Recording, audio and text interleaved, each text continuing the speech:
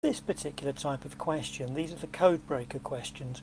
What you're given is, on the left hand side of the question, a selection of graphics, normally 4 or 5, and each of those graphics will have 2 letters below it, and the letter on the left and the letter on the right, they're both separate but reflect something in the graphic. Now, 2 key things I want to stress, and I'd say this to all my students. The letter on the left, if we look at the example we've got here, the A and W,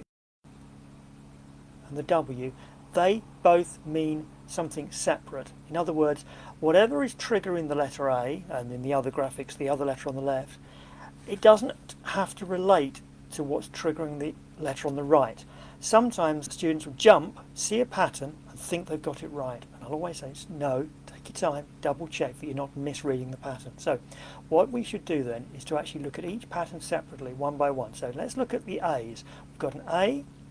Well, firstly, let's just look at the shape. All of them have a diamond.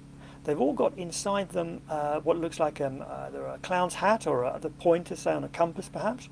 And over here we've either got the donut or the torus, or I call it like a polo suite on the outside. So something seems to be happening to the triangle and something's happening to the little shape on the outside, and that's what's triggering the letter change. So let's firstly have a look. We've got on the left, let's just start left to right, A, B, D, A, C. So firstly we can see there's an A here and an A there. So what I'd suggest is we then look at what is happening in this graphic here and this graphic here that's the same. All have got diamonds, sure.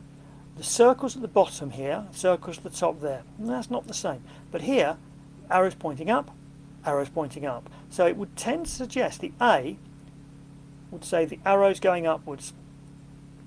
Okay, if that's true, then let's assume for a moment that the A, the left-hand code, relates to the pointing of the arrowhead, or the cone. So now we've got, if that's true, B is saying it's going here to the right. It looks like we've got an anti-clockwise rotation.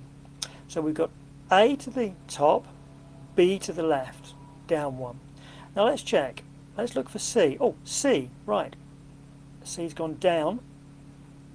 Again, a further 90 degrees from B.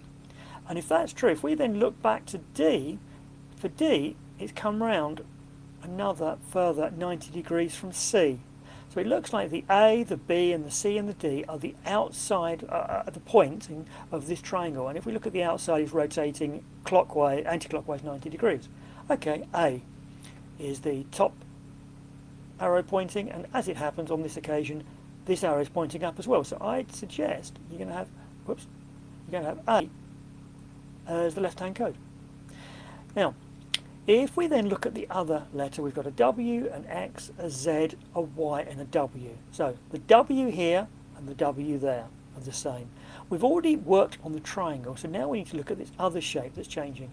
And if we notice, we can see that the circles are on the lower right-hand side of the shape here, and they're on the lower right-hand side of the shape here. So it looks like the W relates to the side over here.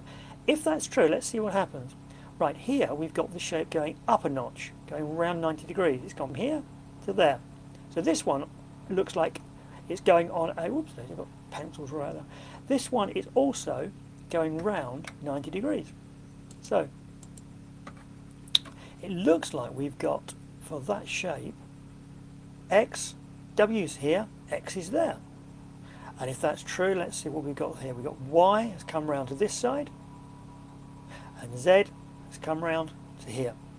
So it looks like we've got the letters on the right are the indicators as to where this circular shape is. So here, the circular shape is on the top right-hand side. Here, the circle's on the top right-hand side.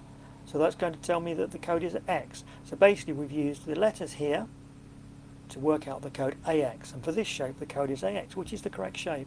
Now that's one way. There's other ways as well, but that's one quick way to work out the shapes, the codes on the shapes. I hope that's been helpful for you. I've got some other videos on my website with some more graphics as well, so please have a look at those. And if you've got any questions, if you've got any tests that your son or daughter's doing and they're stuck with, post up a graphic of what you're stuck on. Let me see if I can help you.